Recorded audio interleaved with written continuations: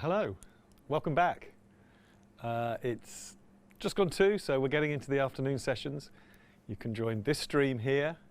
We're going to be talking about fonts in a moment. Stream 2 has sessions about accessible journeys.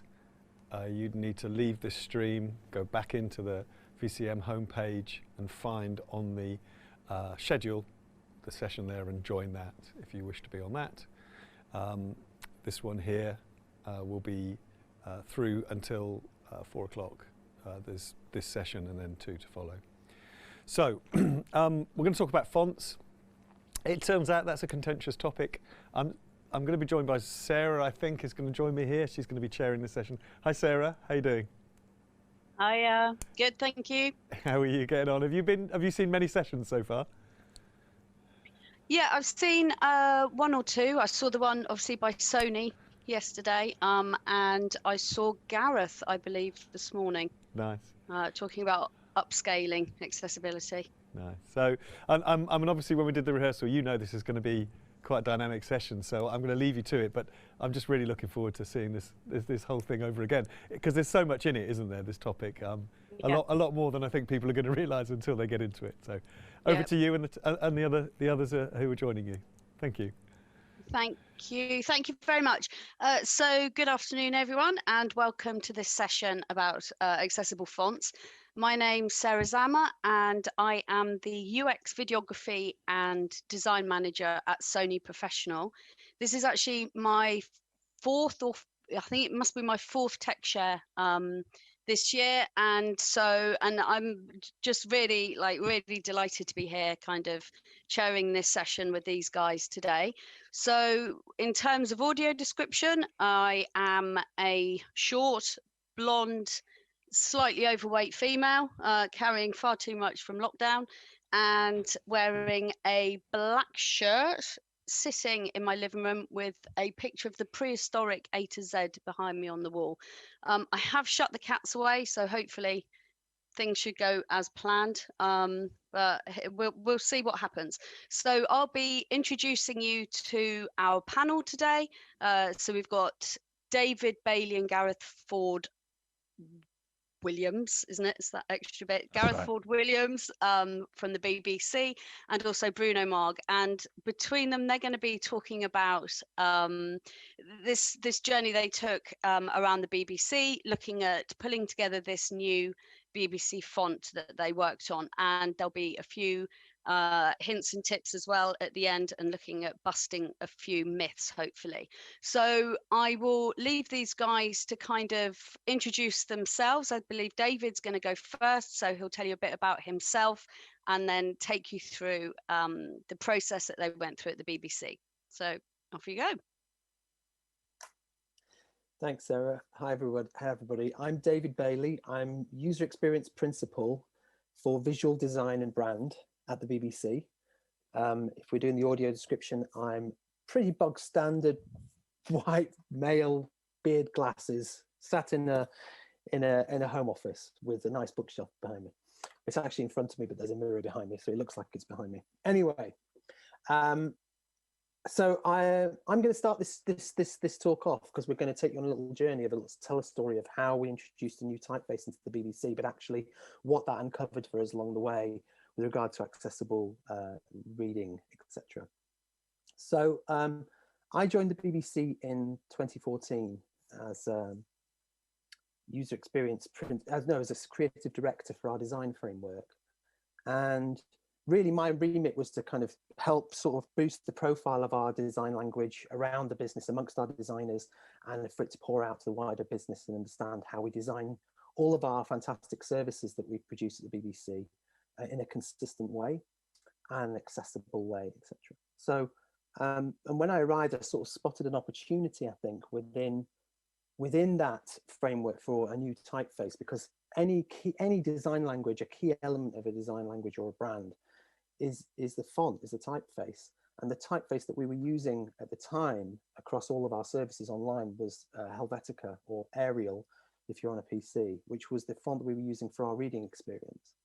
We also had Gill Sans, which was the corporate typeface of the business. And both these typefaces were designed 100 years ago for the printed page, they don't perform well on today's modern digital screens, and they're both quite different. So there was a real opportunity to push for a better visual sort of typographic tone of voice. Shall I keep going, Sarah, or is it, yeah, okay. So just after our design language, which we called the Global Experience Language, which is our design framework, when that was launched, just shortly after it was launched, the first iPhone was launched, and that saw this exponential growth in the consumption of the written word and articles, etc., on very small screens, which raises all sorts of issues around legibility and performance of typeface from a reading point of view, which we were dealing with at the BBC, and so that was coming off the back of using these kind of somewhat old school kind of bog standard kind of typefaces, which hadn't been optimized for digital screens.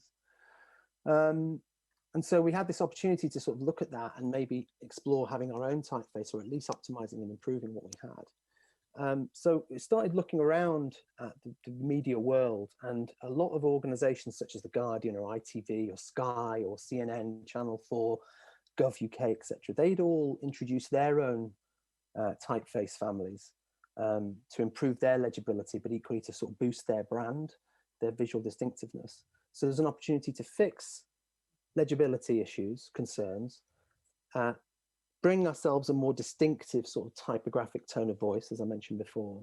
And then the third thing which helped push this through was this idea of saving money, because we were spending a lot of money on licensing typefaces at the BBC.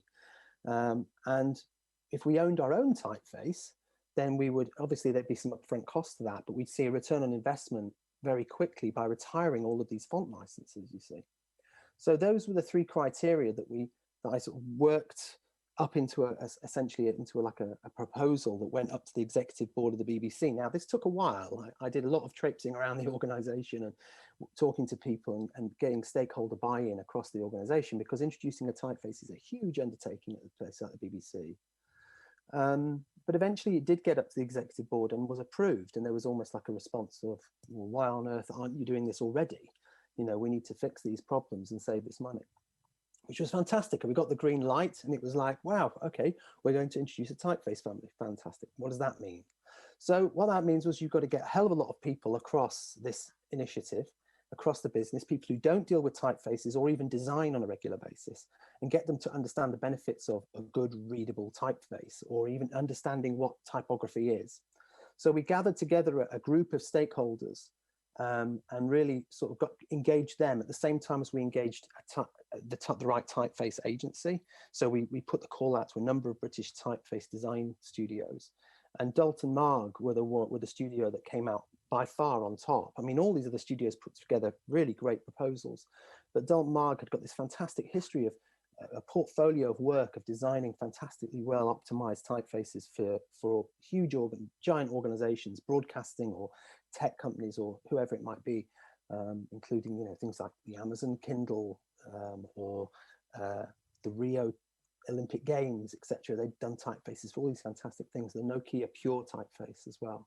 So they had this great portfolio and really convinced our stakeholders that they were the guys for the job.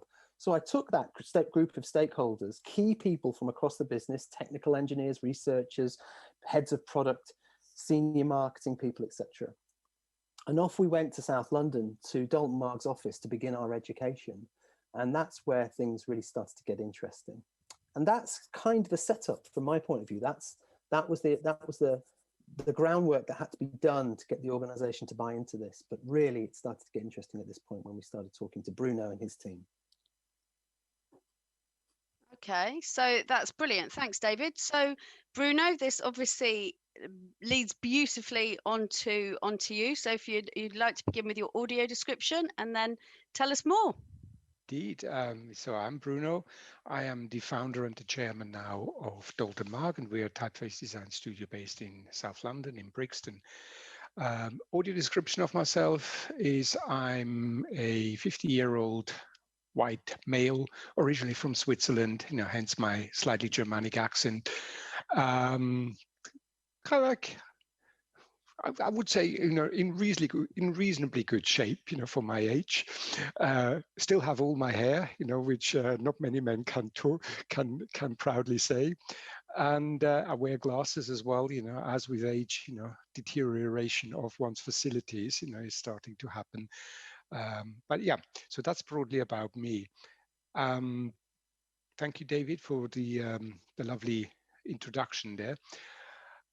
So when the BBC approached us with kind of like a vague idea of a brief of what it needed to be done, we first needed to evaluate actually what it is the BBC needed.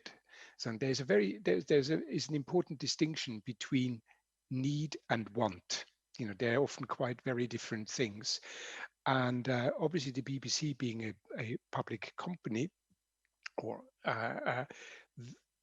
they also needed to be accessible in a sense to everyone, from anyone from 5 years old to 85 years old. And that has very specific requirements to a typeface and to typography by and large. And for us, it was important in workshops with the BBC, before we even started drawing any letters, to evaluate what it is exactly they mean by accessibility. And we work always on the premise that there is 3 parts to accessibility: emotional accessibility, so how you feel about things, and how, whether it's warm or cold or how inviting it is. You have a functional accessibility, which is really how the typeface functions in terms of a human perspective. Can you read it? So the legibility, the readability. And then you have a technical accessibility, the actual font software, the thing that sits on your computer. Does it comply with the system requirements? Does it have the necessary linguistic support? For example, one of the requirements with the BBC was that it would support Russian with Cyrillic characters. In many people's view, that sort of thing is almost a given, because you think, okay, I'm going to type Russian, but the reality is that most typefaces that are out there do not support anything beyond Western European or even Eastern European languages. So these characters need to be designed specifically. So we, as part of the process of designing a typeface, pretty much with any client, we went through a series of workshops with the BBC and all the stakeholders to evaluate, first of all, their emotionality, and to establish a common vocabulary across all parties. So when we talk about each other, about what a typeface needs to express, we all use the same words, we all use the same language, we actually understand each other. Because if I say to you, oh, this typeface feels warm, you probably have a completely different imagination of that than I have. So through a series of exercises, we established that vocabulary. We also established a typographic vocabulary, words and expressions that we as typographers use to describe a part of a character or the anatomy of a typeface in general. So we established those vocabularies so that there wouldn't be any misunderstandings in the communication, and we all knew exactly what we were talking about. And this whole process of these workshops also allowed us to start building expectation management, what we would expect as the producers of the typeface, what we would expect from the BBC and the stakeholders, and what the BBC and its stakeholders could expect from us. And that is also very, very important. With all these workshops then done, we finalized a brief, which everyone signed off. And again, it's expectation management. And then we started designing. So several of our designers in the studio started contributing and interpreting that brief and establishing a basic visual language of what the typeface could look like. Now, you don't do that on the entire alphabet because that would be far too labor intensive and would far too long to take. You have a handful of characters. Usually it's about around 10 characters.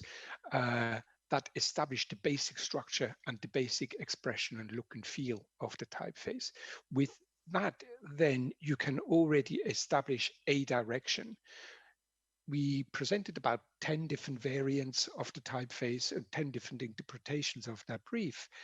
And from that, 2 design directions were chosen, which we then explored further into a design concept. The design concept then was expanded into the capitals and the lower cases, the numerals, and a handful of punctuations to allow the BBC and to allow us to set dummy copy and to actually start putting the typeface onto devices, into real life applications to see how the fonts interact from a visual point of view, how they interact with the content and the visual environment of the BBC identity, and also how they function, not only technically, but from a functionality point of view, from a legibility point of view in the different environments as well.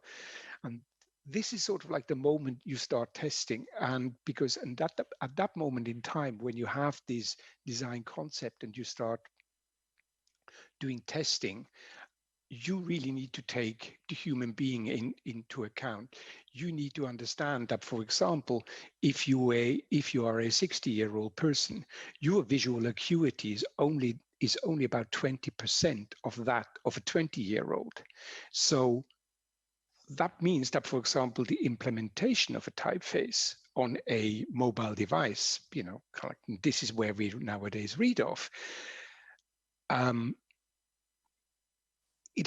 letters have to be strong enough so as not to completely disappear and washed out, because as an older person, I can't actually physically see it because my eyes do not have enough receptors with a fine enough resolution to really make out all the lines and all the parts of the character.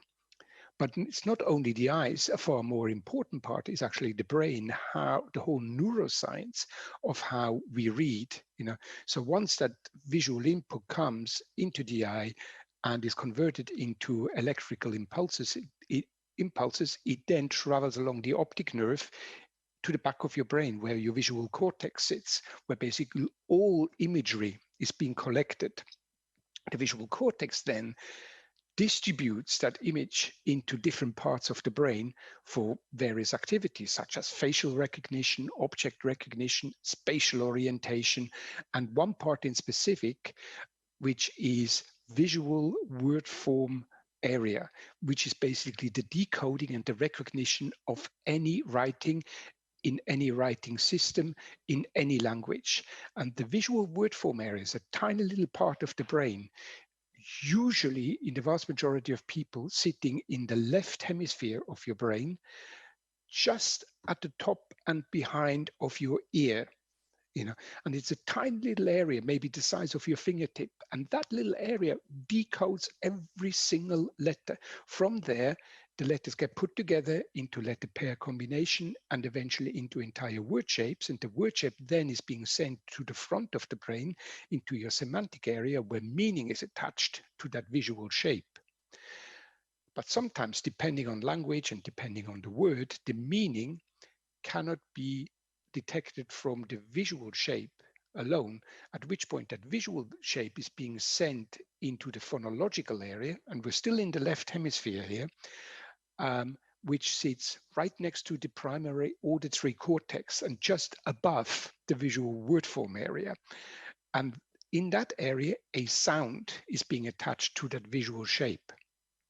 And together with visual shape and sound shape, the semantic area can then successfully attach meaning to the word. Now, this is a continuous feedback loop. It goes round and round and round at great speed. And this is how you read. At that point, you can also sort of like go off and say, okay, we can introduce reading disabilities, for example, dyslexia. And contrary to popular belief, dyslexia actually has very little to do with reading and very much to do with sound. So it's not a visual deficiency, it's a phonological deficiency. And what that means is, and I'm going to use a very crude example here. What that means, if your brain cannot successfully distinguish between the sound B and P, then your brain has no chance to correctly map the sound B to the shape B, or P to the shape P, which then means when you have a word shape, the semantic area cannot successfully detect what the meaning is of the word. And dyslexia, it's obviously, it's a neurological condition, but dyslexia has a very high occurrence in English-speaking language, in English-speaking areas. Approximately 15% of the population are affected by dyslexia, as opposed to, say, Italian speakers or German speakers, where you only have about 7% of the speakers being affected. And the reason is the language itself. English is a very opaque language where basically nothing spells how it sounds, you know. Whereas in Italian or in German, you have very much a one-to-one mapping of letter shapes to sounds. And where people trip, it's primarily the exceptions to the rules, you know. Whereas in English, everything is an exception, you know. So hence, you got that high occurrence of dyslexia. But it is primarily, and research over the last 10 years has pretty much established that it is primarily a phonological deficit. You know, it's got very little to do with the visual environment. Interestingly as well, dyslexia also has genetic identifiers, so you can be predisposed to dyslexia through your genetic coding. You know, there's various other things, but that would be a presentation for the next 3 hours. So anyways, we are then doing the testing for the typeface to make sure that it behaves correctly from a functional point of view, but also from a technical point of view. And at that point, we will have tested that design concept already on a number of devices, on a number of technical backgrounds. And at that point, we can confidently make a decision. And in this instance with the BBC, we were able to make a confident decision as to which design concept to go further, and then really to go into execution of the full character set. And the full character set, particularly in the Latin environment, you know, will usually contain about 350 characters. So you add Cyrillic, you know, for the languages spoken of the former Soviet Union. So that's not only Russian, but many others. So you're looking at another 120 characters. So you have easily about 500, 550 characters in that font that have to be drawn up across all the various styles, you know, from light to regular to bold to extra bold, in a condensed, as well as all the italic characters, to then, in order to build that typeface system, which then allows the BBC to create different hierarchies within the layouts, and to actually, with a very simple typeface system, and we both have a sans serif and a serif, it allows the BBC to then create actually different identity personalities across their products and their services as well, without having to change the typeface altogether, you know. And I think at that point I can hand over to Gareth. So, Thanks, Bruno. That's brilliant. That's absolutely fascinating. I've got a list of questions here that I'll have to ask you afterwards.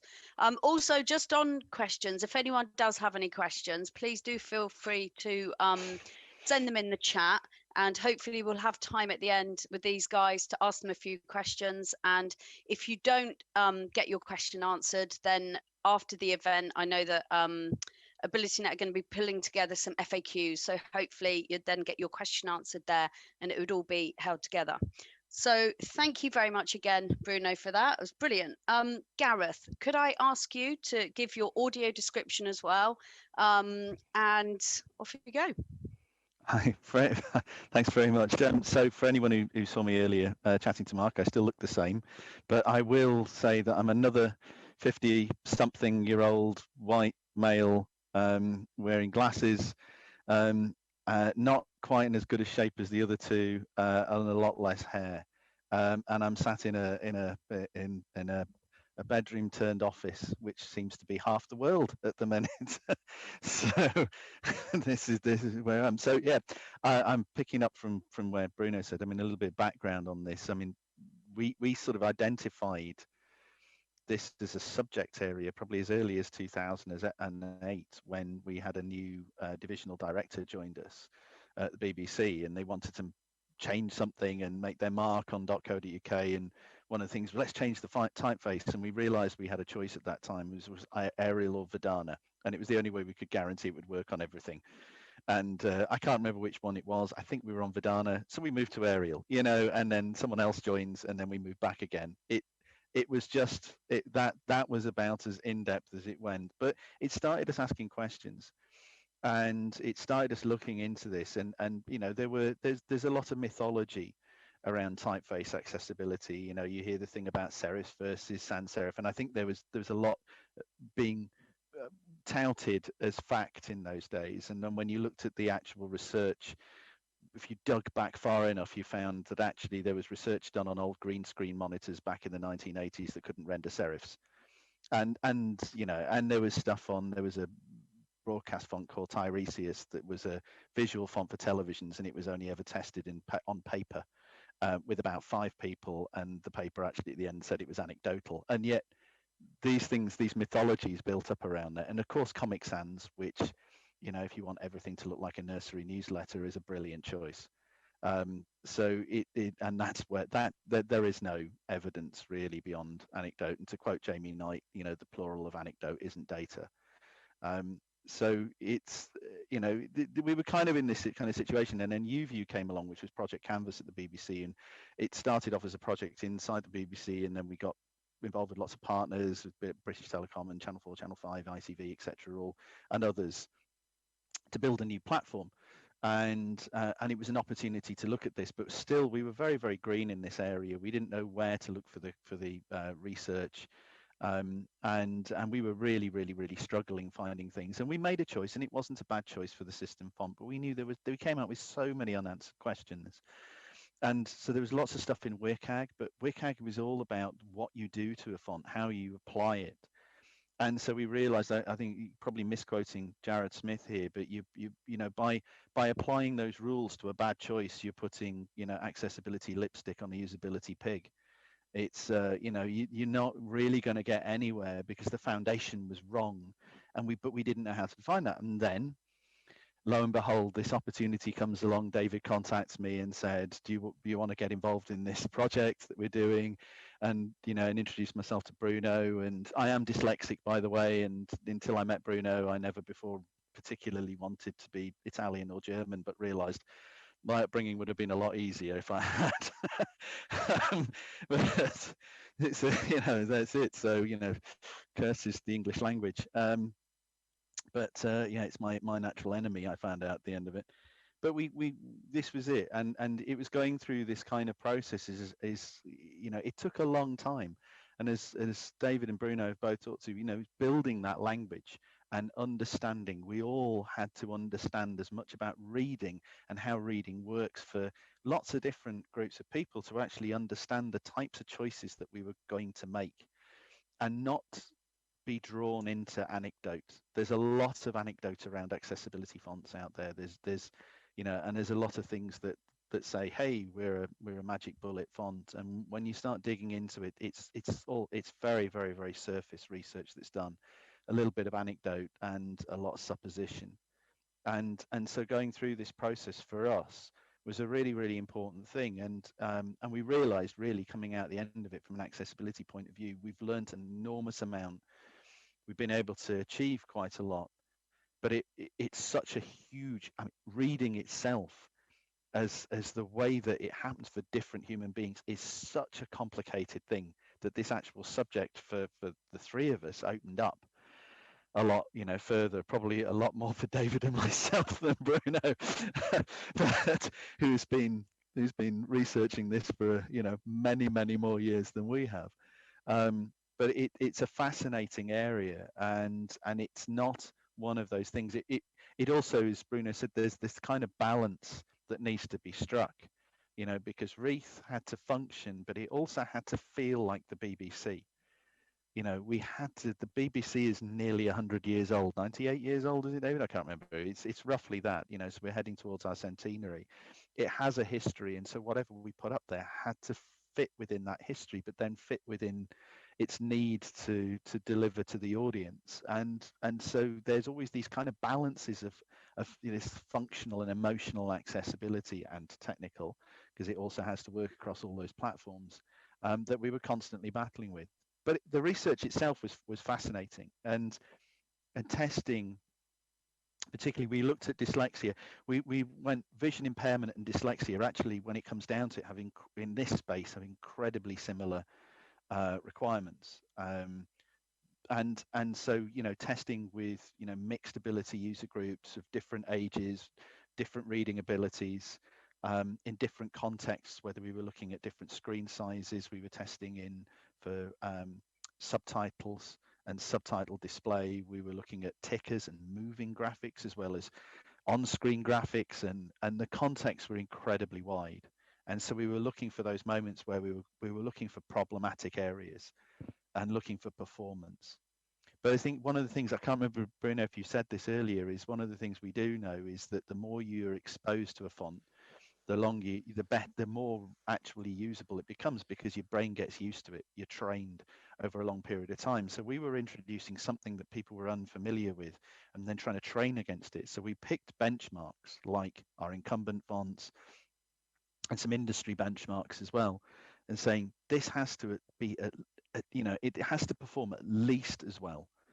And when we ended up going through the actual testing itself, it outperformed the other fonts. And that was that kind of thing when we knew we were going in a really, really good direction. But yeah, really, from my point of view, it was that there's been quite an enormous journey, but we feel like there's still an enormous amount to learn in this area. And as an industry, as an accessibility industry, this is one of those foundations that we've never really got to grips with.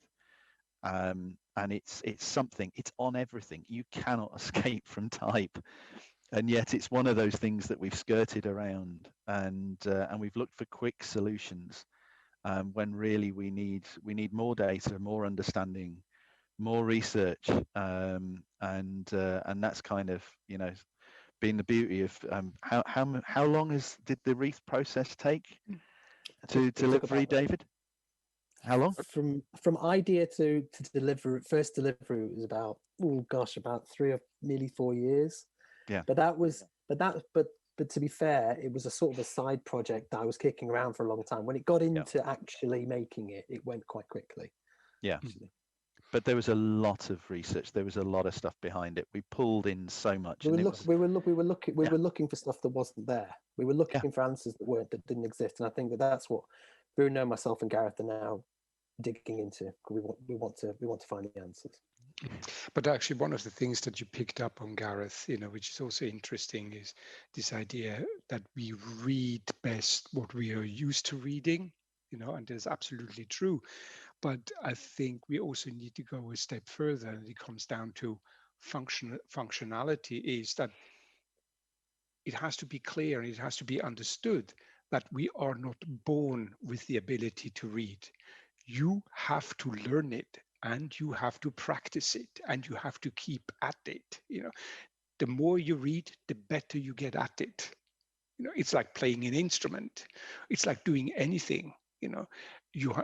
You have to keep practicing. And even if you have a reading disability, and I of course understand that if you have a disability, it makes it so much harder to practice. And then it's very easy to sort of say, okay, I'm not going to do that.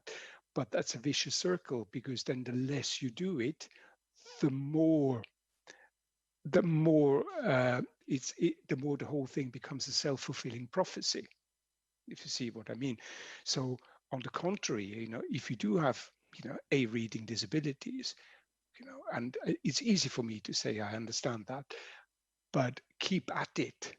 Keep at it, keep practicing it, because that's the only way you can actually maintain a functionality of it.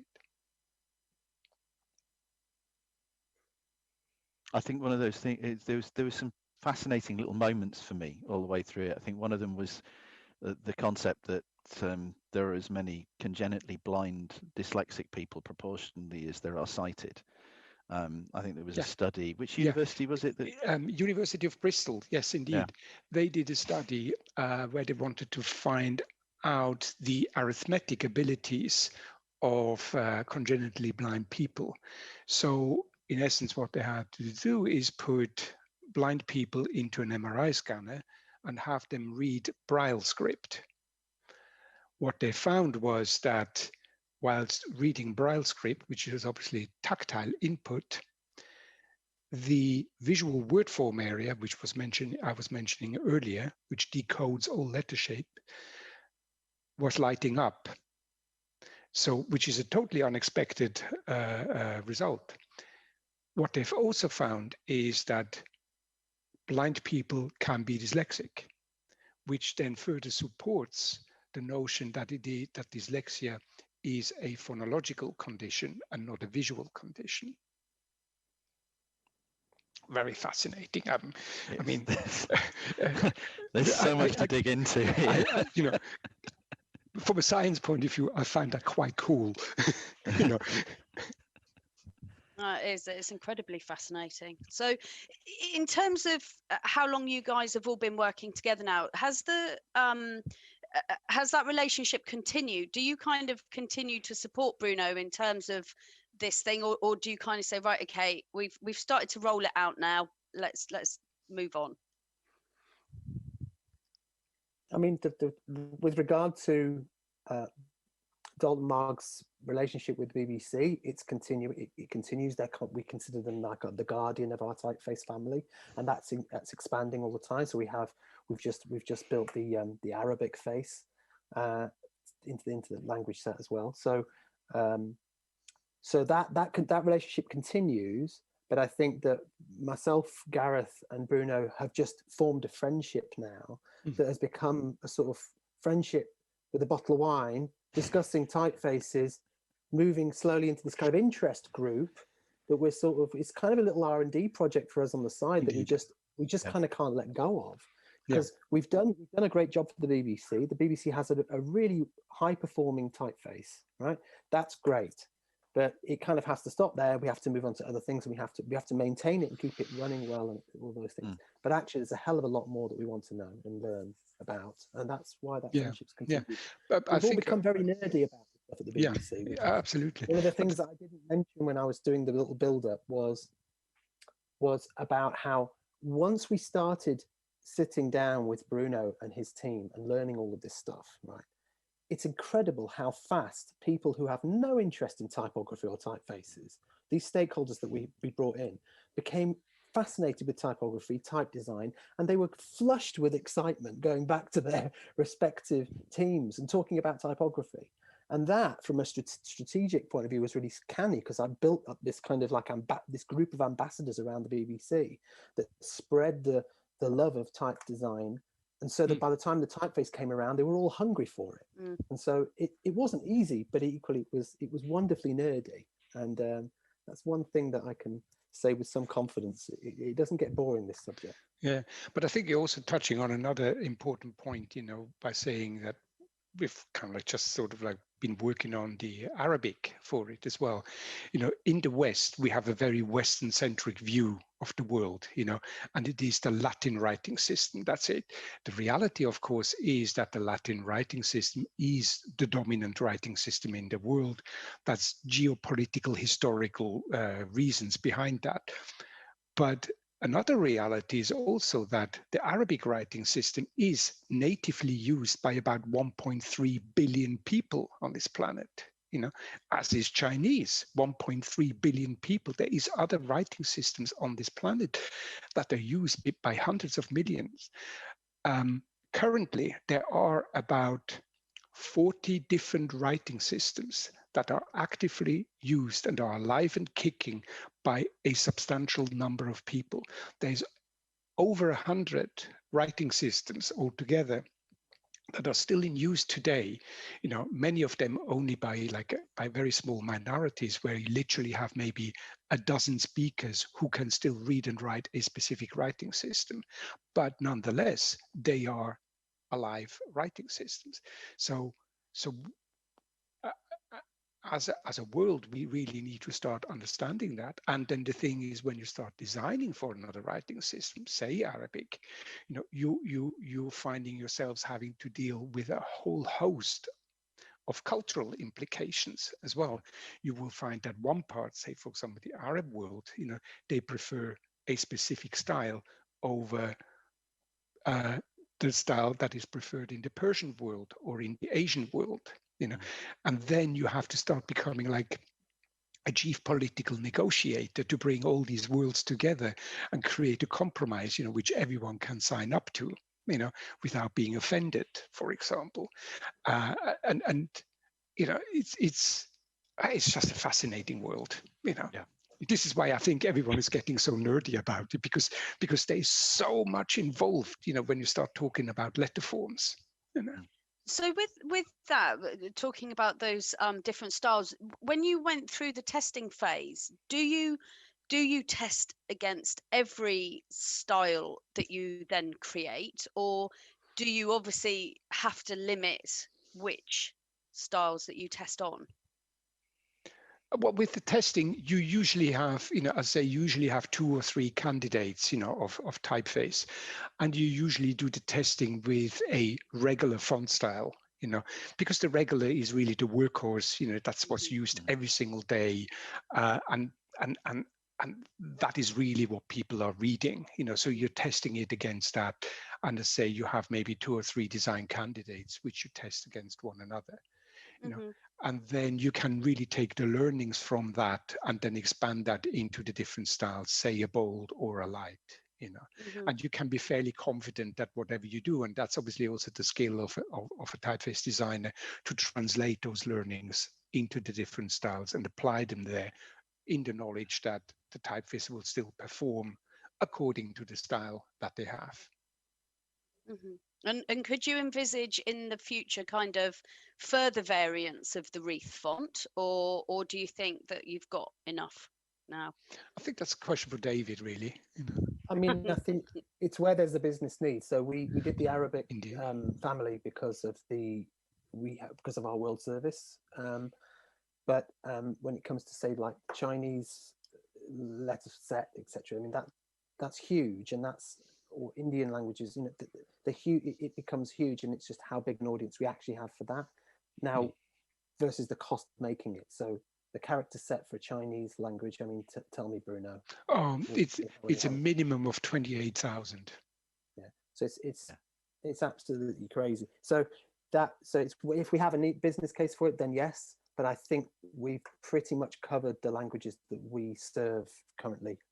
We currently do. I think as an organisation, we supply services in about 45 different languages, somewhere around about there.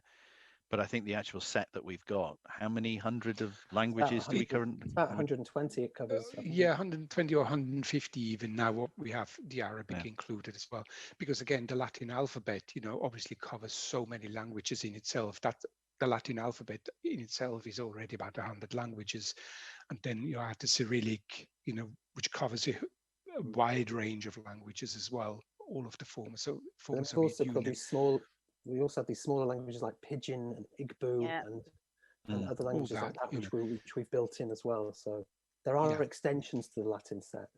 Yeah. Okay. And in terms of when you were rolling out, certainly in terms of the wreath, so I guess David or Gareth, this would be for you. When you were rolling out that wreath onto all of your platforms, how long did it take? Have you even got there yet? Have you rolled it out everywhere now, or is it still an ongoing process? That's you, David. I would say that we've done the lion's share of it. There are legacy pages, obviously, that don't have it, but they'll be retired eventually anyway. We've moved pretty much all of our main shop windows or our main services over to it. There's some areas of the news service, which is a vast service, that haven't implemented it yet, but that's due to technical legacy and updates to our infrastructure from a technical point of view. But we're almost there, I would say.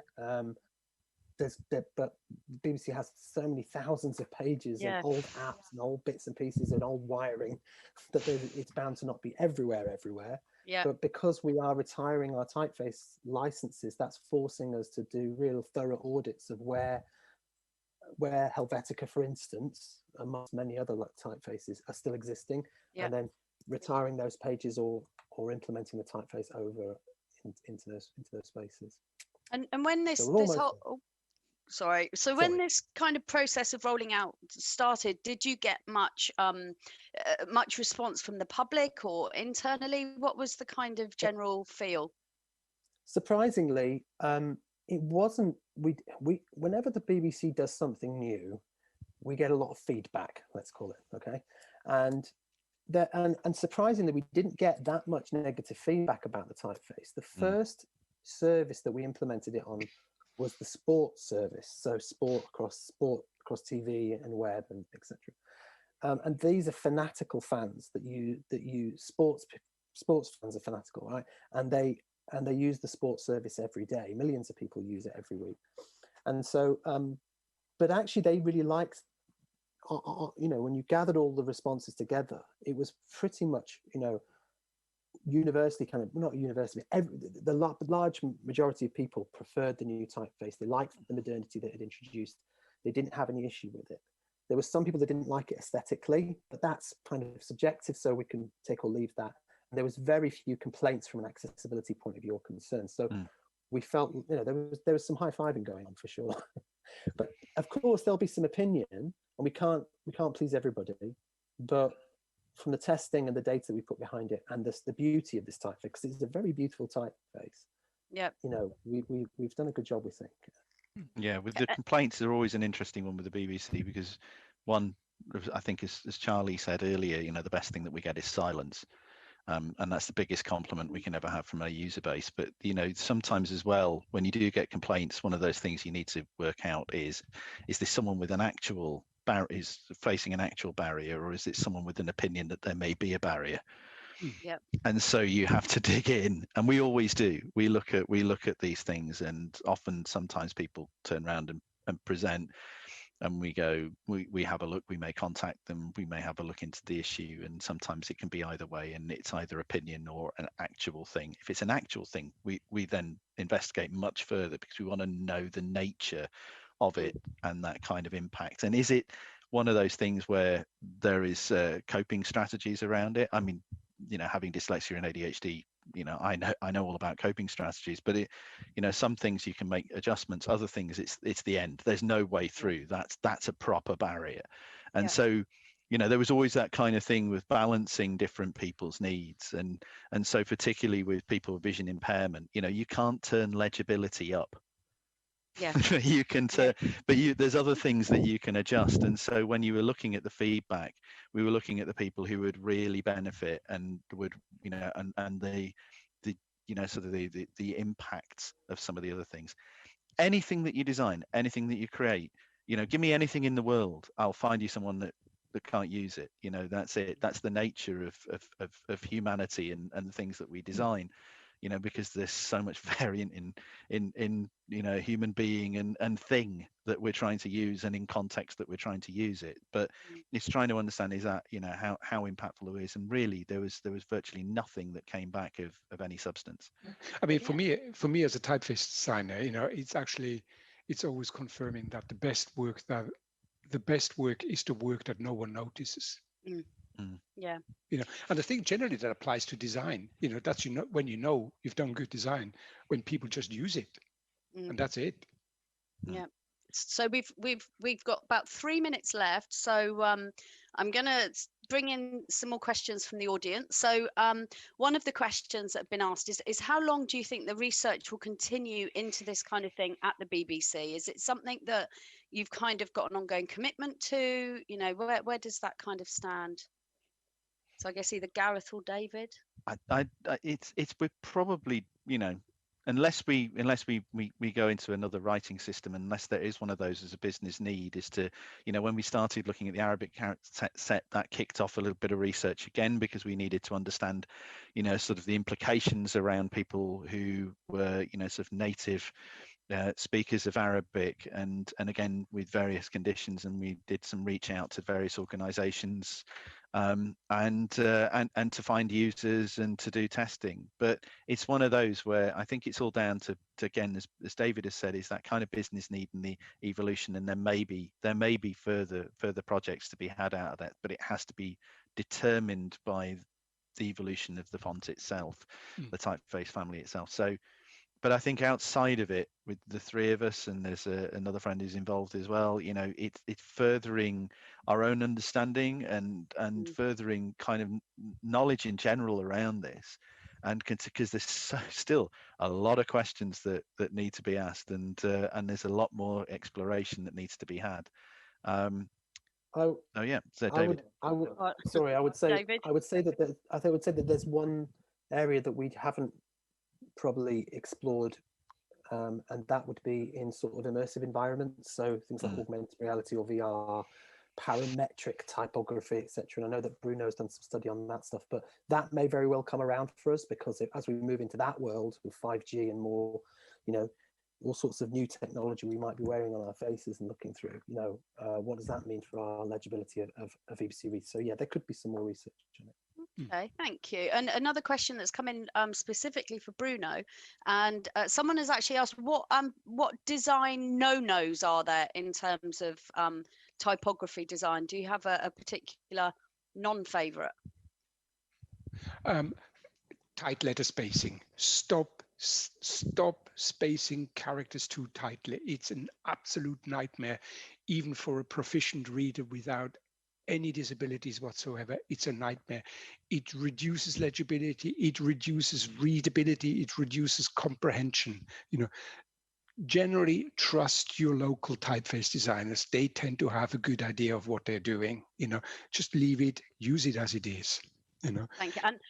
And one more question, Bruno, do you have a favorite font? Oh my God! Apart from Reef, obviously. Apart from Reef, of course, yeah.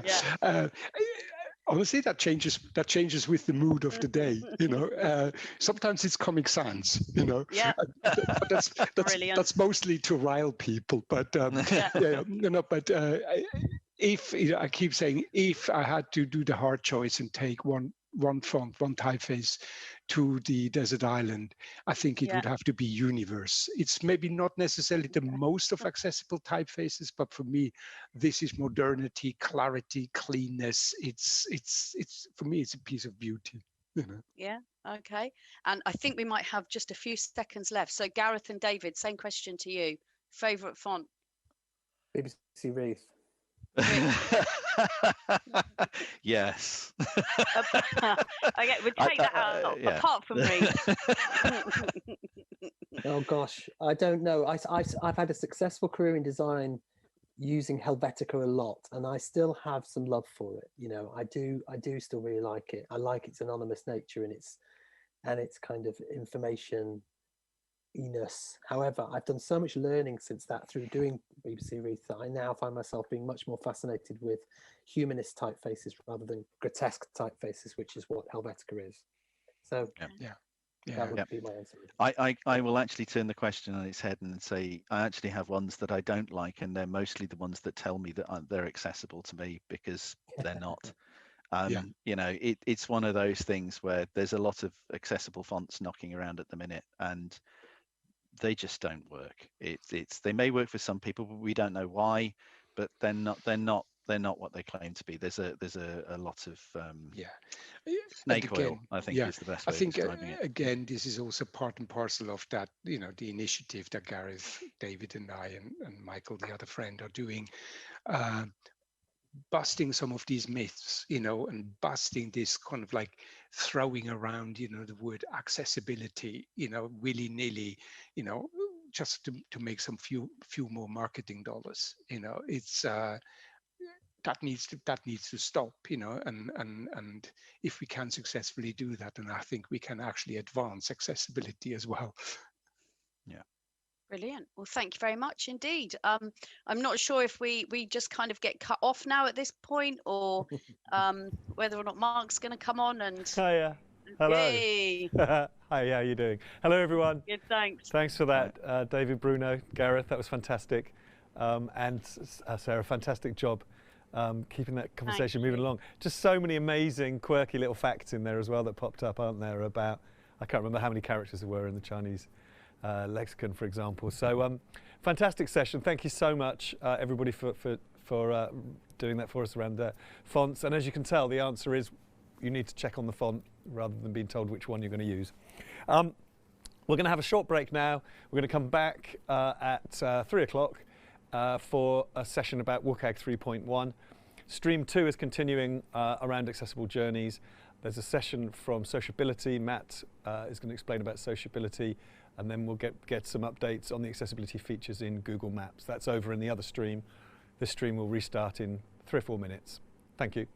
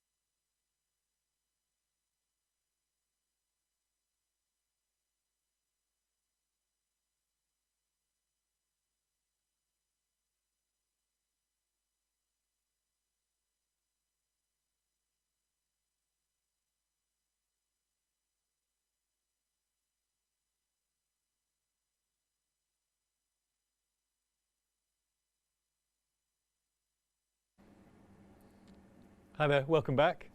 Hope you had a chance for at least a short break there after the font session.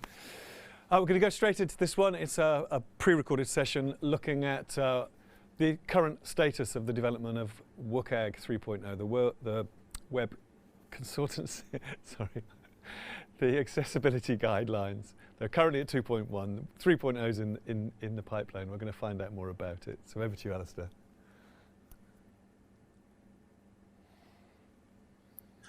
Welcome everyone. This is an update on the progress of WCAG 3, which I've given a tagline of A Long Road to a New Model. I'm Alistair Campbell from a company called Nemensa, but I'm speaking today as co-chair of the Accessibility Guidelines Working Group at the W3C. So what is WCAG 3? We're talking about a new set of accessibility guidelines from the W3C. Whilst version 3 maintains the acronym, there's a lot changing under the surface. They're, for starters, not intended to be backwards compatible. One aspect is the name, as it now stands for W3C Accessibility Guidelines rather than Web Content. The reference to content has been dropped, which is a subtle indicator of the increased scope of the guidelines. You might have heard of it referenced as Silver, and that name is still around. But Silver is a name for the project and task force that created the guidelines. It was a nickname formed from the initials for accessibility guidelines, also matching the chemical symbol for silver. So where is the work being done? And I'm showing a rough diagram of where the groups involved in creating WCAG 3 sit. So within W3C, we have the large Accessibility Guidelines Working Group, which has several task forces, including the Silver Task Force. The Silver Task Force has several subgroups that form and disband to work on specific items, such as guidelines, or the conformance model. The Silver Community Group has also been an important method of expanding participation beyond those who can join the W3C to gather input from more people. I include the W3C membership and the director on this diagram because when specifications like this are created, they have to be approved by both. This does tend to be a lot of work, but it really helps to have industry approval for accessibility standards so they're seen as feasible and robust. In terms of when is this work happening? Well, the thinking and working towards a new version of the guidelines has been in progress since, I think, the early 2010s. However, officially the task force was formed in late 2016. The first part of the work was to do some research, following a user-centered design process by engaging with various people with disabilities as well as stakeholders across the industry. Then work started on the guidelines as well as the conformance model. There's a certain chicken and egg problem to get over, as the conformance model will impose a certain structure on the guidelines, and the guidelines will have certain requirements of the structure. The working group has come to an initial draft with a small but wide sample of guidelines to test the conformance and structure of the proposal. And there's lots of time allocated to both updating the structure and creating the guidelines within the new structure. So the likely publication date is 2023. The facilitators of the task force are Jean Spellman and Sean Laureat, who've led the project. Rochelle Montgomery and Michael Cooper have also been heavily involved in editing the draft recently. And myself and Charles Adams will get more involved over time as it becomes the main focus of the working group. So the goals WCAG 3 is working towards are based on the research which led to the requirements for Silver. And these requirements do help to highlight the differences from the previous approach in WCAG 2. We'd like to better address a broader range of user needs and accommodate new technologies such as virtual reality and augmented reality. We'd like to incorporate tool guidance with authoring guidance to avoid the accessibility support challenge of WCAG 2, and define clearer testing procedures and allow for multiple approaches. So each guideline could have a different way of testing it, not just a true-false statement. And we'd like to allow for more frequent updates to the standard while still meeting the needs of policymakers. We'd also like to define ways to conformance that don't use the unit of web page, so perhaps more process orientated, and reduce the reading complexity where possible. Now, there will still need to be some technical information available, obviously, but at least the very starting point of the guideline and the main help information for each guideline should be easy to read. And we'd like to base any updated guidance on research where feasible and emphasise the importance of future research and building that in. And the way we expect WCAG 3 to meet these goals is by changing the structure of the guidelines and the conformance model and updating the content. So the actual requirements from the previous guidelines are not expected to radically change. They're good and necessary things to do. However, they will be expressed differently and added to. So let's start with the structure, and we'll go through an example. But to start with, the structure of the guidelines starts off with a guideline, and this time the actual things we're calling guidelines will be the guideline. At the moment they're called success criteria. So starting with an understandable explanation of the requirement that should be easy to understand for policymakers, people who are new to accessibility, just about anyone. Then we've got underneath the guidelines outcomes. So these are testable criteria that include information on how to score the outcome in an optional conformance claim. They're not necessarily true-false statements that WCAG 2 uses though, and we'll come on to an example. Underneath outcomes we have methods, which is detailed information on how to meet the outcome. So it could be code examples, working examples, resources, as well as information about testing and scoring the method. A bit like techniques, but with more around them. So as an example, I picked text alternatives because it's available in the WCAG 2 and the first draft of WCAG 3. So the guideline for that is provide text alternative for non-text content. Pretty straightforward. The outcome then sounds a little bit more like our current success criteria. So a text alternative for non-text content is available via user agents and assistive technologies, which allows users who are unable to perceive and or understand the non-text content to determine its meaning.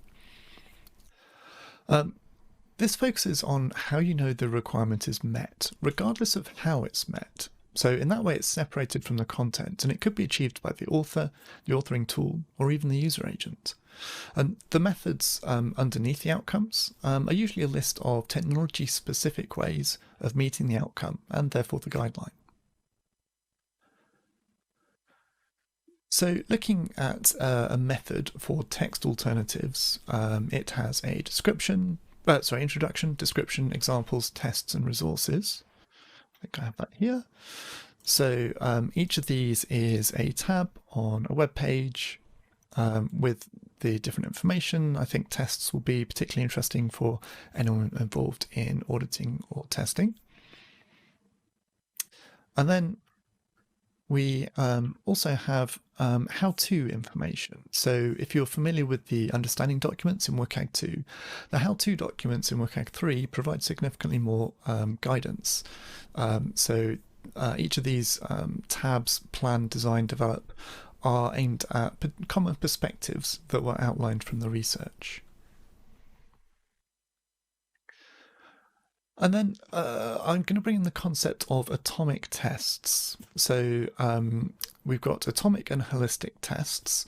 And the atomic tests is what the first draft is going to focus on. So testing is either scoped to a view or a process.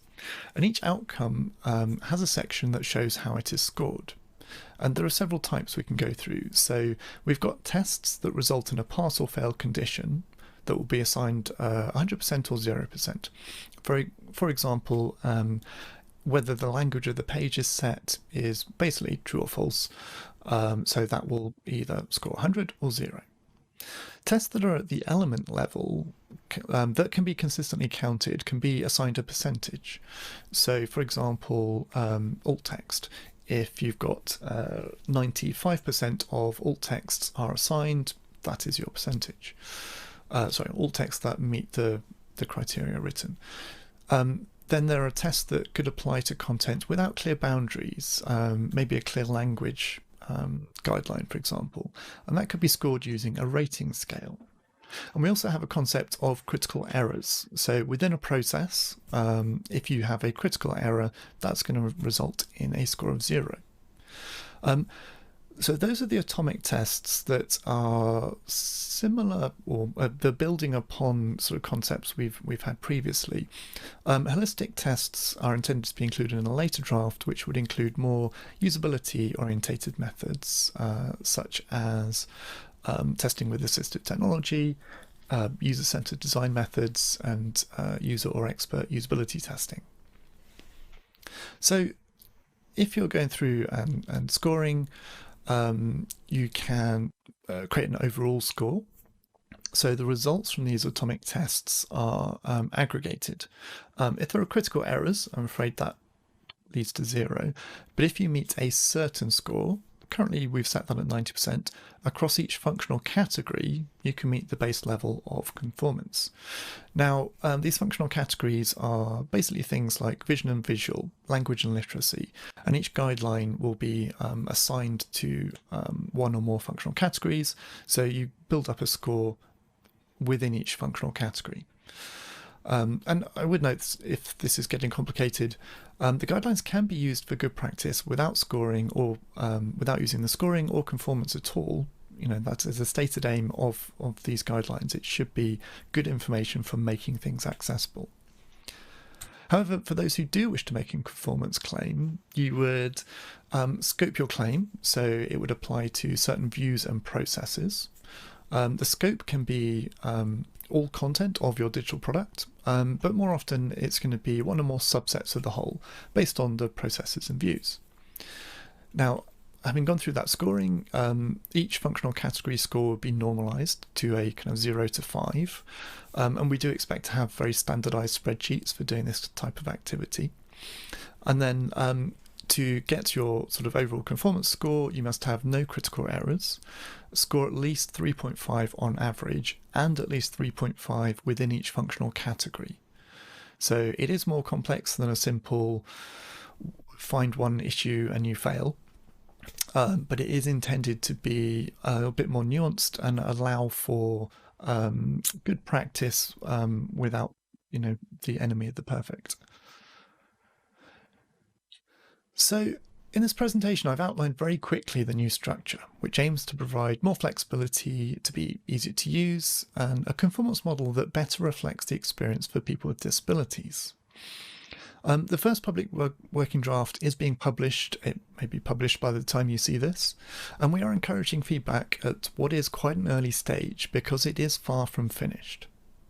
The conformance model and scoring are key areas for us to get feedback on, particularly because it will affect how the guidelines are created and put into the new structure.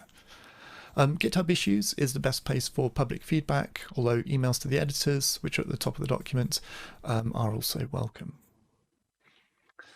So thank you very much. The link here hopefully will be available somewhere for you to click on. We'll get you to these slides and all the links are active. And if you'd like to get involved, please do. We would welcome more input.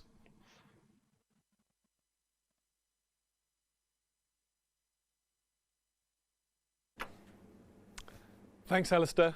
And actually, you've just popped up in the chat box telling me that you're here. So I'm glad that you're here. And I apologise, I didn't realise that you were joining that session. We'll sort some questions. There are a couple in there, and I don't think you can see them, so I'll get those to you, and we'll get them posted back into the chat box. So an update on WCAG 3. Clearly, plenty of work to be done, and a whole new way of coming up the model, as Alistair says. So there's plenty of information out there on the internet about what's happening, and there are chances to collaborate and join in with the process, as Alistair said. So I hope you found that useful. We're going to go over now to Sam from Cambridge University. Sam, I don't know if you can hear me. Yep. Hiya, how you doing? I'm not going to bring you up on screen because you're screen sharing, so, but I'm just checking you're okay and everything's ready to roll? Yeah, we're ready to go, yeah. Cool, I'm really looking forward to this session. I've got questions, I can see the questions and answers coming in which you can't, so we will be trying to ping those through to you if they come through, so just keep your eye on that. But I look forward to this session. Thank you very much for joining us. Thanks very much. Looking forward to it too. So for the audio description, I'm yet another white male who's about 40-ish. I'm actually unusually, though, sat in my office at work as the university is open for business because we are a university. And so I'm one of the rare people, although there's actually nobody else in the office with me. So I've got an entire open plan office to myself. I wear glasses, and at 40 years old, I'm fighting a battle between whether I will go grey first or white, or whether I'll lose all my hair or whether I'll go grey first. And baldness is certainly winning the fight at the moment. So today's talk is on practical methods for assessing whether something is easy to see on mobile. And I'm going to try and do interactive exercises. They may or may not work, but I'm going to try anyway. So for those, please, if you have a QR code reader ready on your phone, that can certainly help with that. But we'll just see how it goes and see what happens. So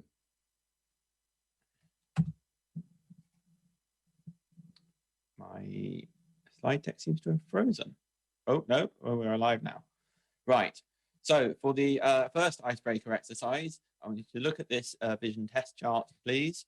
And it's just a really quick exercise to see what happens, and just identify the smallest row that you can read. And so that I can process these, hopefully, type that into the chat window, but type a star first. So if you could type star and then 8, if you'd seen row 8. If you can't see this screen at all, if you have vision impairment issues that you can't see any of the letters at all, please type a star and then 0. Now, the reason why this gets exciting is apparently there's about a 20 seconds delay between me putting this up on screen and you guys actually being able to see it. So there's then going to be a delay between when you can actually type into the feedback screen, then I can actually see that feedback to make some comments on it. So I'm going to try and not have a disappear in a schizophrenic puff of smoke, but I'm giving it a go anyway. So hopefully at some stage you will be able to see this and put in a row number and put that into chat, and maybe later on in the presentation I'll come back to that and see what happens. So that's for this test chart. Just as it is, if you're wearing glasses, keep them on. At whatever distance you are currently at your screen, just stick with it and just put a number in. But now we're going to have a go on a second chart where I've applied Gaussian blurring onto all of the letters. So same exercise again. This time though, please put an ampersand before you put the chat window. So that's a shift and 7 on my keyboard. So if you could see row 3 now, you would type ampersand and then 3. Now, what the Gaussian blurring, in the first chart, you get loads of variability from different screen sizes, different eyesight abilities, and different viewing distances. What I'm hoping we're going to find with this chart is that the Gaussian blurring kind of swamps all of that. And it means it doesn't make much difference how big the letters are or how far away you are from them. And as long as you've got reasonable eyesight, it won't make that much difference anymore, like minor variations in a bit of age-related long-sightedness, not quite wearing the right glasses, that kind of thing. So it's going to be really interesting to see if I do manage to get access to the bits that you type, to see whether to what extent that comes true, and I'll look forward to seeing that. But here's a sort of demo of it. So here's the set of the letters. at the size that you first saw them, and you can see which which row number you reckoned you could see. And then underneath that, I've made the letters twice as big. So you can see that it doesn't really make that much difference. And if you move forwards or backwards away from the screen, again, you'll see it doesn't make that much difference. And I'm going to use this effect later on to try and see, well, can we use that to make a sort of objective standard of how visually clear a particular stimulus is, that's independent from the screen it's shown on and independent from the eyesight ability of the person making the assessment. So now looking on to that, how to assess whether something is easy to see on mobile. So first, we're going to try a sort of design exercise here. Sort of set the challenge, and we'll see what happens as a sort of way into looking at how would you actually do this. So imagine you were asked to design a map for a public library that's primarily intended to be easy to see on a typical smartphone for the vast majority of people who might use it while walking around the library, ideally without the need for zooming. So what testing methods would you use during the design process if you were going to have to do that sort of thing? Well, the starting point, everyone's starting point when you design something or create something, is you evaluate it yourself. And you're very unlikely as a graphic designer to design something that you yourself can't see. So that kind of baseline threshold gets you up to a certain point, but it by no means covers the actual vision ability of the users that you might be designing for. But you got to start somewhere, and generally that's where people start from. But then looking into sort of testing it with users, you've got kind of opportunistic or pop-up testing, sort of opportunistic sample, whoever you can get, or you've got a targeted sample where you're making some degree of effort to actually target people with particular vision conditions or particular levels of vision ability to see, does it work for them. You could ask some vision experts, you could check it against some guidelines, and hopefully after today, you'll be thinking, wow, we should really use Gaussian blurring for this. I'm going to guess that as of current thing, none of the people listening in would have used Gaussian blurring before for this kind of thing. But if you could put in the chat window which of the other ones you might have used, so just type like 1, 2, and 3 or whatever, and that'll be interesting to see of how that looks. Certainly, we can't stress it importantly enough. We absolutely advocate that these things work in combination with each other.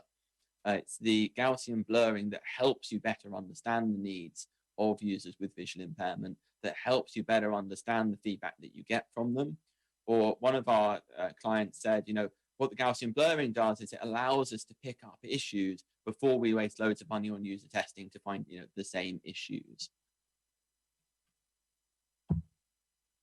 So before we go on to try that, I'm now going to boldly attempt to have a look at the feedback. Right, I need to get back to Teams, and now I'm going to see, as the delay seems to have caught up with itself, whether I can now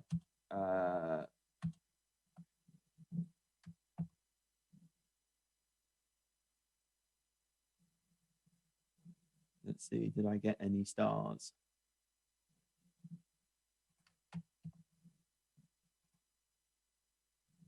I got some results for the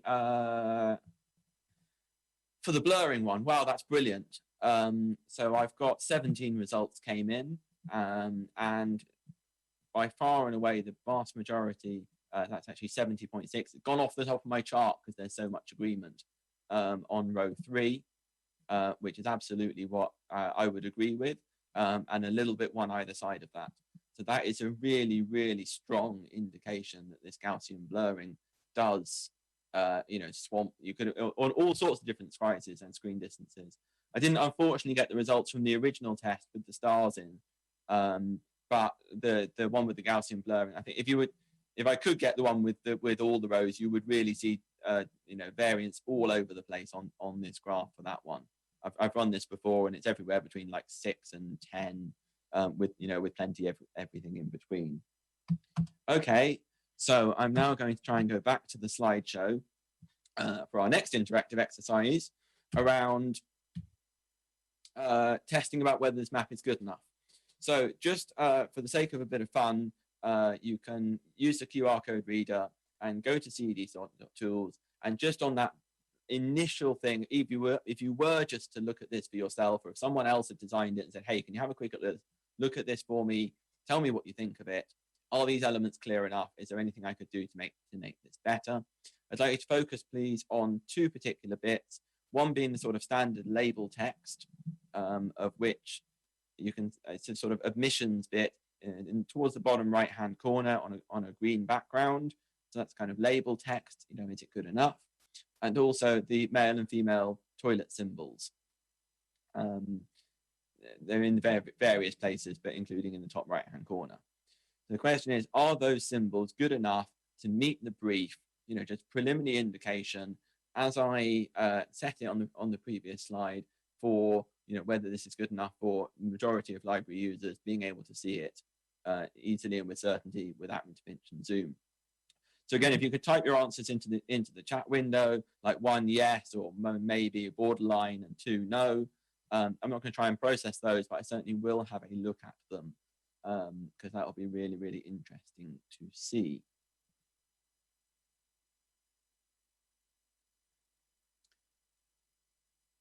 Okay, let's move on then.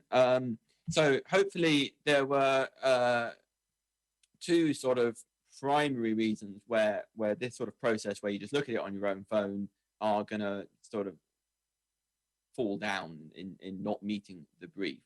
One of which is that it was on your own phone, and your phone may be bigger, newer, or better than the typical phone at which the sort of library users might have.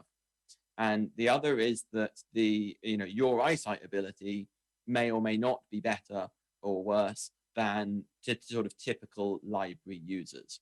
So I'm going to take each of those issues in turn. So if we first look at smartphones, this is data based on a 2019 population-based survey with 236 participants. And while we're at it on this survey, we said whatever phone you've got in your pocket right now, please can we measure the screen diagonal of it? And you can see the results that came out, 14 centimeters and 15 centimeters, very much strongly the sort of most popular screen sizes. And in fact, 14 centimeters comes out as being the average. So if you look at what that means in terms of the sort of average sized phone in 2019, iPhone 6 and 7 and 8 are smaller than that at 12 centimeters.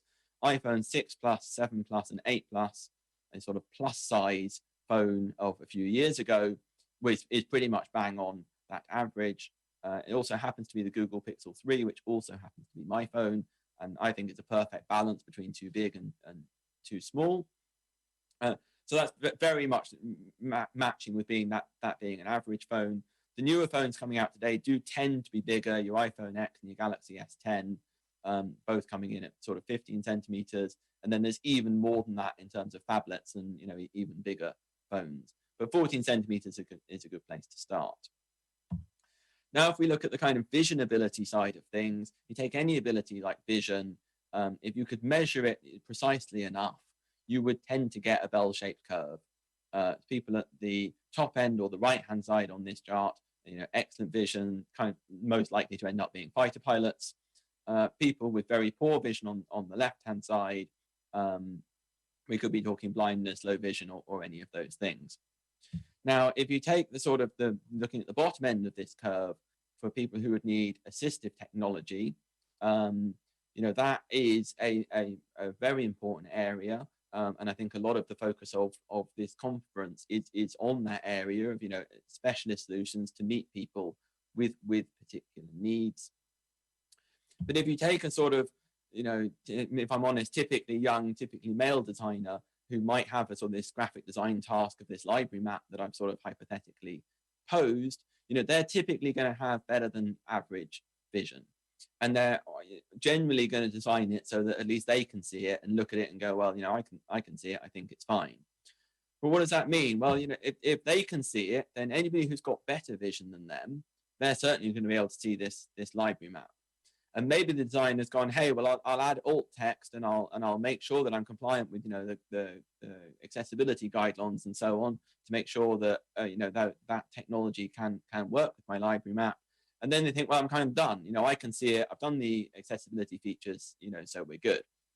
But there's a sort of gap in the middle, highlighted in yellow here, where there's a sort of a large number of people whose vision ability isn't quite as good as this young designer, but not in the area where they'd be using assistive technologies. So this is sort of age-related long-sightedness, quite like to be sort of holding the phone out like this, not your sort of 20 centimeter viewing distance that the designer was capable of achieving. And that's really what my presentation is about, is how can we get these young designers to be able to better empathize with this sort of gap and try and make their designs so that they are usable in their straight up state, you know, without needing so much need for assistive technologies, you know, accepting that does always have a part to play. So if we look at this, you know, what does it mean when we actually measure vision ability then? So there's a survey that we designed, you know, my research group designed. It was conducted in 2010. You know, we got an agency to knock on people's doors, and they gave them this vision test chart that you can see. This is myself on the photo, and you know, looking at this chart. If participants used reading glasses, they wore them for the test, and the participants chose whatever reading distance was comfortable for them, and they identified the smallest row that was comfortable for them to read on this test chart. So when we look at that, you know, what's typically good for near vision ability, here we've got a graph where along the bottom we've got the row number it was that the participant identified as being what was comfortable for them, and the number of, you know, percentage of the sample with that who chose that row going up the side. And we see that very much row 11, which is the second from the bottom, was the kind of most popular choice. Some people did manage to hit row 12, but the average was in fact row 10, which is a sort of 1 millimeter letter height. And we run this, if we were physically at the workshop, I'd be handing you out these vision test charts, because we do it everywhere we go, to see how does the vision ability of the people that I'm talking to in this room compare with the vision ability that's sort of out there if you knock on people's doors. And generally speaking, whenever we go into a professional environment, we find time and time again that the people that we're talking to have considerably better vision ability than the people that you find when you knock on people's doors. And we think this is because people in professional environments have generally been to the optician in the last year, and they generally wear their glasses, you know, if they need them. Whereas when you knock on people's doors, you find people that they ought to have reading glasses, but they haven't got them. Or they use their wife's reading glasses, and actually it makes their vision worse. So you see all sorts of crazy stuff happening when you knock on people's doors. Whereas when you design something in an office and then give it to your colleague who's on the next desk and say, you know, what does this look like? That's really not representative of the variance of vision ability that's out there. So now you can imagine the whole country lined up in order of their vision ability. People at the front, these are the fighter pilots with the excellent vision ability. You know, you're somewhere in the middle, and people at the back are, you know, completely blind. So you sit somewhere within that queue. And if you can look at something, if you can see it, everyone in front of you, for sure, they can see it. But everyone that's behind you, you know, you really just don't know. And what we're advocating is that you can use calibrated Gaussian blurring to sort of simulate you blurring the stimulus that it is you're looking at, to simulate moving yourself around that queue. So you can move yourself, you know, further backwards, so that you can then stand at a particular percentile in that queue. And this calibrated to a particular target size. You know, so if it's going to be on a mobile device, you can calibrate it to the size of the mobile that you're going to aim to hit and the percentile that you want to get to. So you'd say, right, if this image was shown on a mobile and I was standing at the 85th percentile, if it's visible through this degree of Gaussian blurring, then most likely it's going to be visible for, you know, all those people standing in that queue in front of that percentile. So hopefully this will make more sense when we actually give it a go. So here is the calibrated Gaussian blurring applied to the library map that I showed you. And this is sort of check level A. So this is our kind of entry level calibrated version of the check, where really all we're saying is, will these details render? on a mobile? Do the details actually exist, or are they so small so that by the time you put them on the mobile, they're not going to be visible? So I've shown this map at a very large size. Now, the exercise that I did right at the start kind of showed you that once you're doing this Gaussian blurring, you can show the image as big as you like. It doesn't really matter anymore. The Gaussian blurring is going to take care of how well that would be visible when you put it on an actual device. So when you look at this Gaussian blurred version of this map, this is a very, very slight degree of blurring that's applied. And generally speaking, everything's pretty much making it. The only thing that's not going to make it is in this facilities in the bottom right-hand corner. You can see the sort of bicycle rack symbol is very, very, very faint. And you can check the version on your actual phone as well. And you can verify that that one really doesn't render properly when it comes to a phone. But that's really just a sort of entry-level check.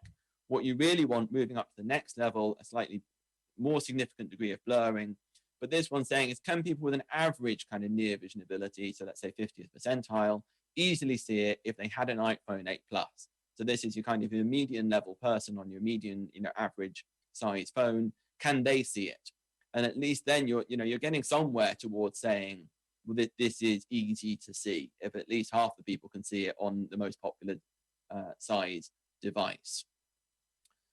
And then we go another level up. So this is the sort of AAA, or typically a stretch target for things to display on mobiles anyway.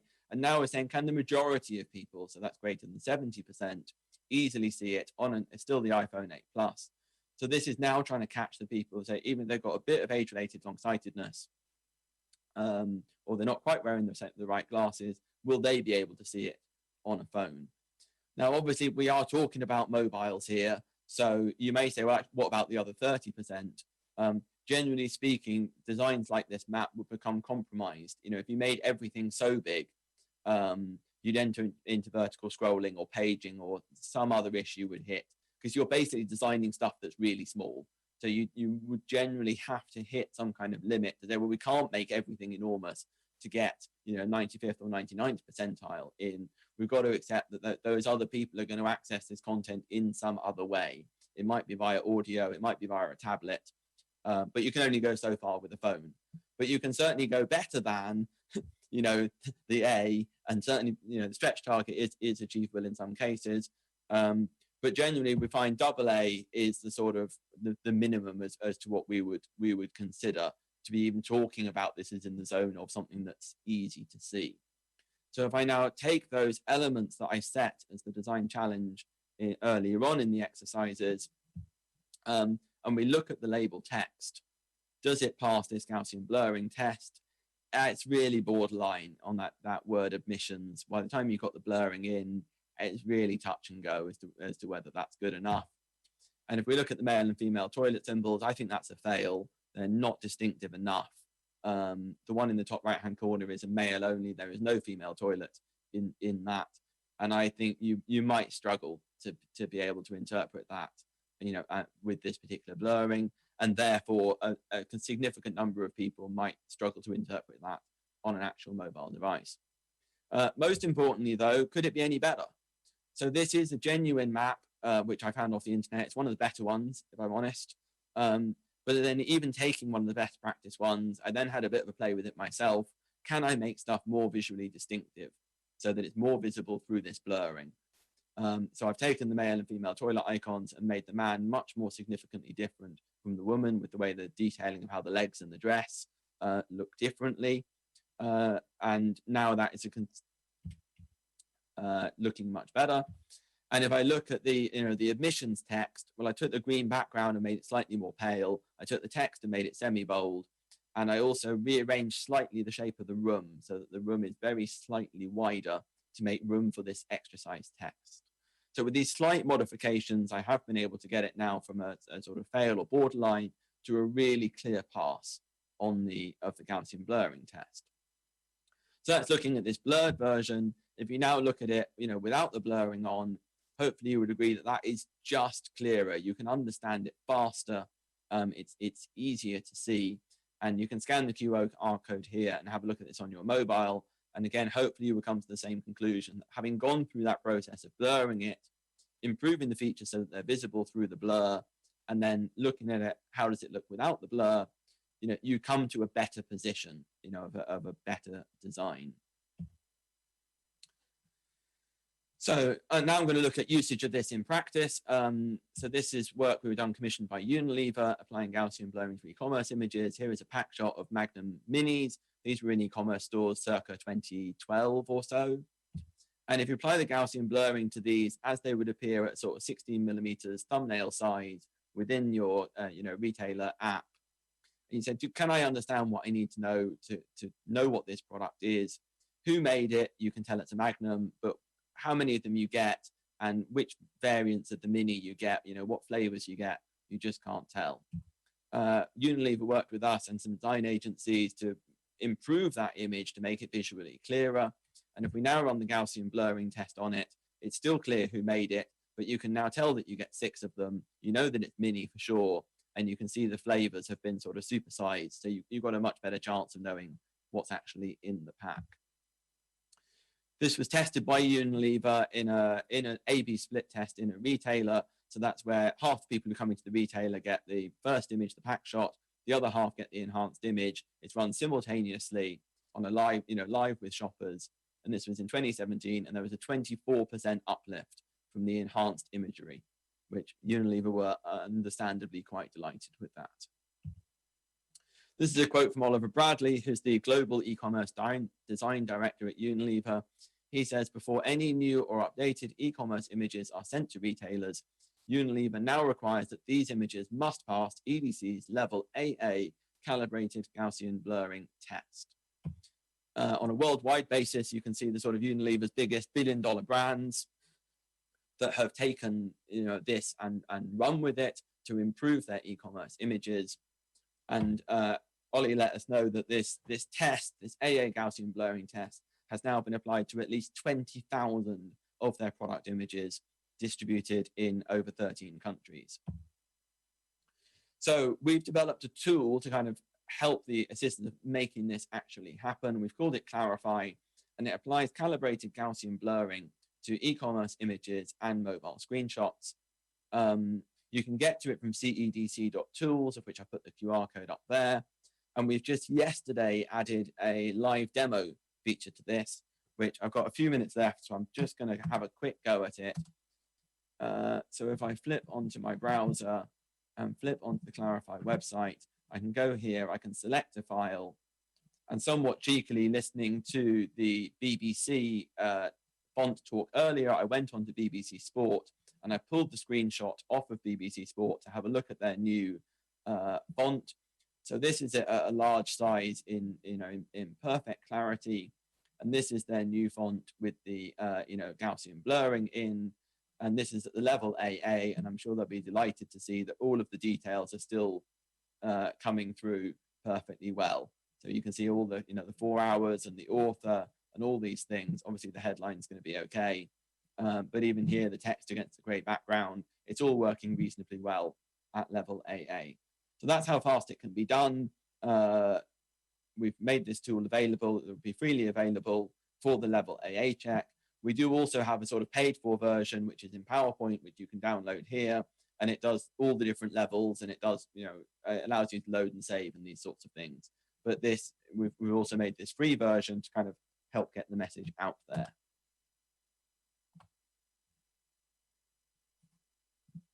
So it's a sort of open question now. What could this be used for? I'm very keen to follow up with people in discussions as to where we could go with this. I'd like to see it being used for mobile phone icons, websites, digital interfaces, apps.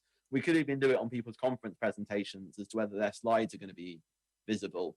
I had a quick one with the NHS Test and Trace app, pushing the screenshot through.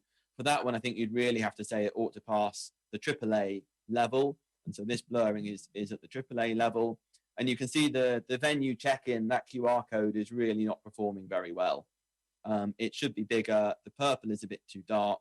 I think that immediately looking at that, you're like, yeah, that needs to be improved. It should be improved. I can't see any reason why that venue check-in icon couldn't be bigger and the background could be paler, and it would overall just be better.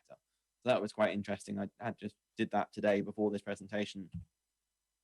So questions and comments. To find out more, please go to cedc.tools. It's sort of the landing page for all of our tools, and QR code is there.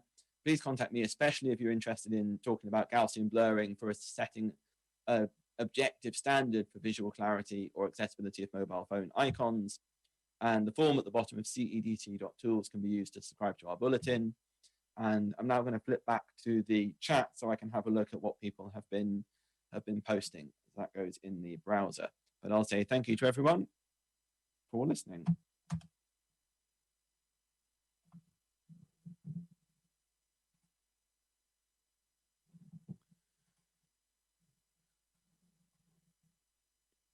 So let's have a look through what we've got in the comments. I'm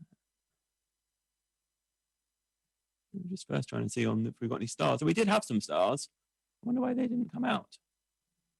Let's see if I can grab the stars and run that again and see what we got from the stars.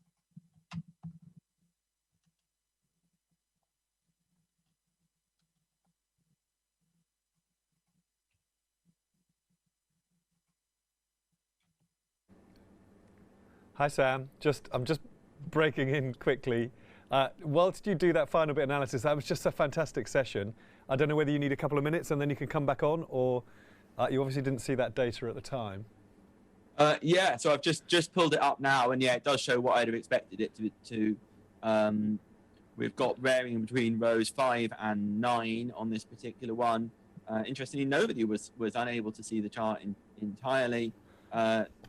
And the standard deviation of the original rows at 1.17, so on average everyone's about 1 row away from the mean, whereas on the Gaussian blurring it's gone down to 0.5. So that is very much showing that the Gaussian blurring does dramatically reduce that variation, and you get much more agreement on people thinking whether something is easy to see or not.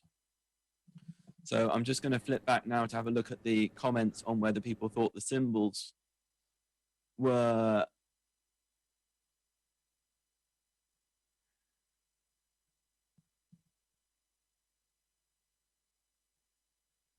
yeah, so people using the various different ones. Yeah, unsurprisingly, no one thought 6. Oh, someone's put sim specs. Yeah, we do sell those. Laurie, I do wonder if you use our Cambridge simulation glasses. Did people think the things were accessible? Some borderline, some no. A few yes. Mixed up toilets with lifts. I think that's a no then. So interestingly, from this audience, most people saying no. Just looking at it themselves. I did give an almost identical presentation at the Leeds Digital Festival, and lots of people there were thinking that they were reasonably good or borderline. So that's really interesting to see how that's different. Obviously, anyone can look at it and think, yeah, that's great, or no, it's not. But the whole idea of the Gaussian blurring is to try and get a more objective handle on this, that then people can agree, looking at the blurred version, yeah, that's a definite fail, or yes, that's a definite pass.